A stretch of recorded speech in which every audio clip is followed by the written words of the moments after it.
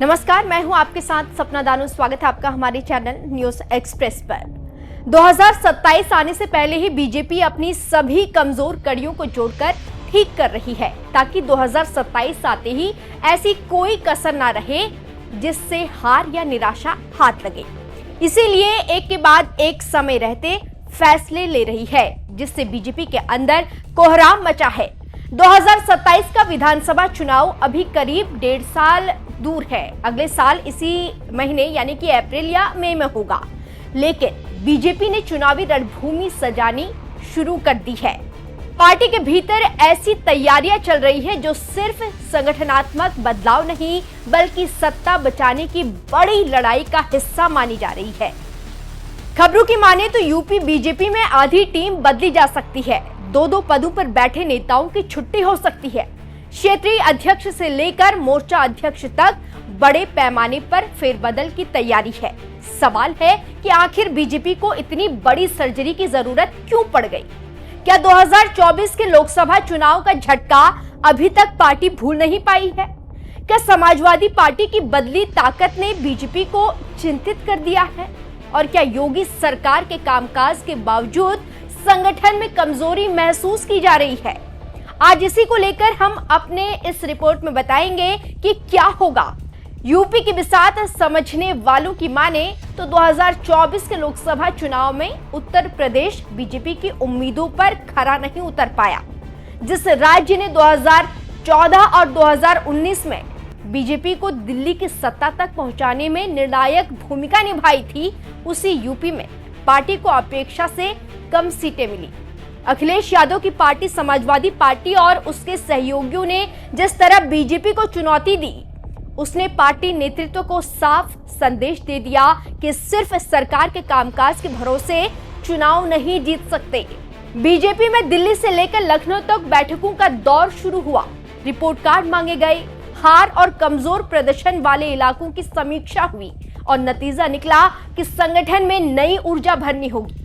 यही वजह है कि अब BJP one man one post यानी एक व्यक्ति एक जिम्मेदारी के फॉर्मूले को फिर से लागू करने की तैयारी में दिखाई दे रही है। पार्टी के भीतर ऐसे कई नेता हैं जो संगठन और सरकार दोनों जगह प्रभावशाली पदों पर बैठे हुए हैं, लेकिन चुनावी मोड में बीजेपी मानती है कि संगठन को पूरा समय देने वाले नेताओं की जरूरत है। जानकारों का कहना है कि बीजेपी के कुछ नेताओं से संगठन की जिम्मेदारी ली जाएगी और कुछ को सरकार से हटाकर संगठन में लगाया जाएगा। यानी आने वाले दिनों में कई बड़े चेहरे नई भूमिकाओं में दिखाई दे सकते हैं।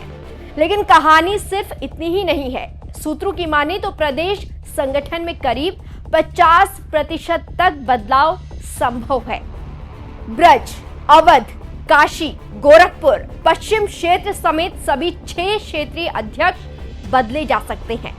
युवा मोर्चा, महिला मोर्चा, किसान मोर्चा, ओबीसी मोर्चा, अनुसूचित जाति मोर्चा, अनुसूचित जनजाति मोर्चा और अल्पसंख्यक मोर्चा, सभी में नए चेहरों को मौका मिल सकता है।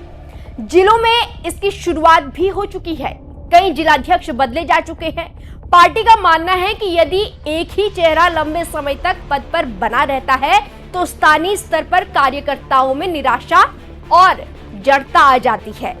बीजेपी इस जोखिम को 2027 से पहले खत्म करना चाहती है, लेकिन सबसे दिलचस्प यह है कि बीजेपी का 61 सीट मिशन, पार्टी ने उन 61 विधानसभा सीटों की पहचान की है जहां उसे लगातार 3 चुनाव 2012, 2017 और 2022 में हार का सामना करना पड़ा।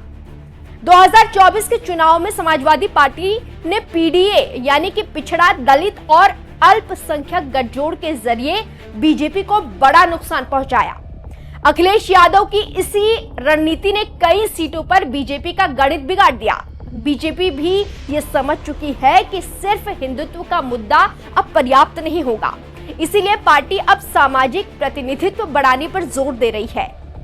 गैर यादव, ओबीसी, गैर जाटव, दलित और छोटे पिछड़े समुदायों को संगठन में अधिक जगह देने की तैयारी चल रही है। यही वजह है कि आने वाले बदलावों में जाति संतुलन सबसे बड़ा फैक्टर बनने वाला है। हर नियुक्ति के पीछे राजनीतिक गणित होगा, हर पद के पीछे सामाजिक संदेश होगा और हर चेहरे के पीछे चुनावी रणनीति छिपी होगी। लेकिन एक और बड़ा सवाल है, क्या ये पूरा बदलाव सिर्फ इस संगठन तक सीमित रहेगा या फिर योगी सरकार में भी असर दिखाई देगा? देखना होगा कि आगे क्या कुछ होता है। लेकिन बीजेपी अभी से सक्रिय है, ये दिलचस्प है।